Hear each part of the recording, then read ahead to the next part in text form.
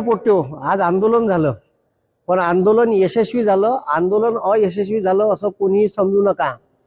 आपल्या भलाई पोट्टेले मारलं असन, पण पोट्टे झाट ऐकायला तयार नव्हते, मागं सरकायला तयार नव्हते. मी तुम्हाला पहिले सांगून राहिलो.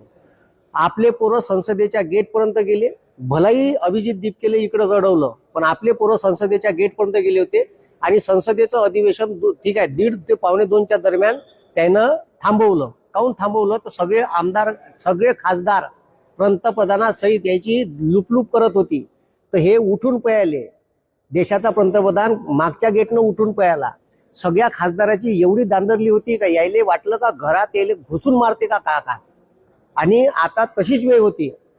पोलीसवाल्यांनी बॅरिगेट लावले, त्याच्यानंतर डायरेक्ट ठीक आहे तिथं जे संसदेच्या समोरचे ठीक आहे जे आर्मीचे लोक होते त्यांना बंदुका आपल्याकडे दिल्या आणि एवढ्या तयारीत होते का उद्या जर पोरं आले आज तर पोरावर गोळीबार सुद्धा झाला असता, अशी परिस्थिती होती. आपले पोरं गेटवर गेले, फक्त अभिजित दीपके तिथपर्यंत पोहोचू नाही दिले पोलिसांना आणि जाण्याचा प्रयत्न केला तर आपल्या पोरावर ठीक आहे लाठीचार्ज केला.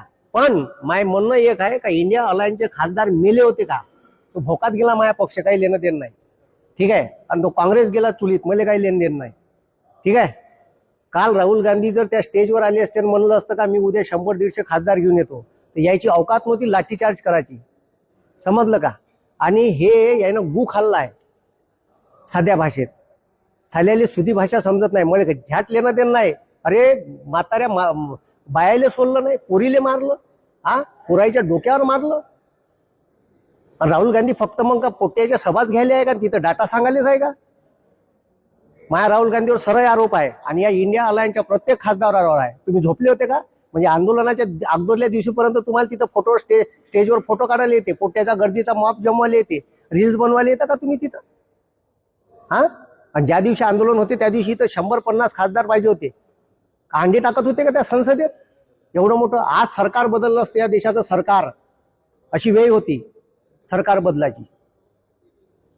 साली यायले सरकार बदलायचं नाही, यायचा अहंकार यायच्या डोक्यात घुसून आहे ना. अरे मोदीची सत्ता पलटवायची होती तर आज बदलली असती सत्ता. आज वेळ होता, आज बंद्या भारतातून लोक आले होते आणि मजाल नसते या कोणा त्या सैनिक हीच पॅरामिलिटरी फोर्सची पोरायले हात लावायची. तुम्ही जर तिथं असते तर थू आहे तुमच्या खासदाराच्या जिंदा.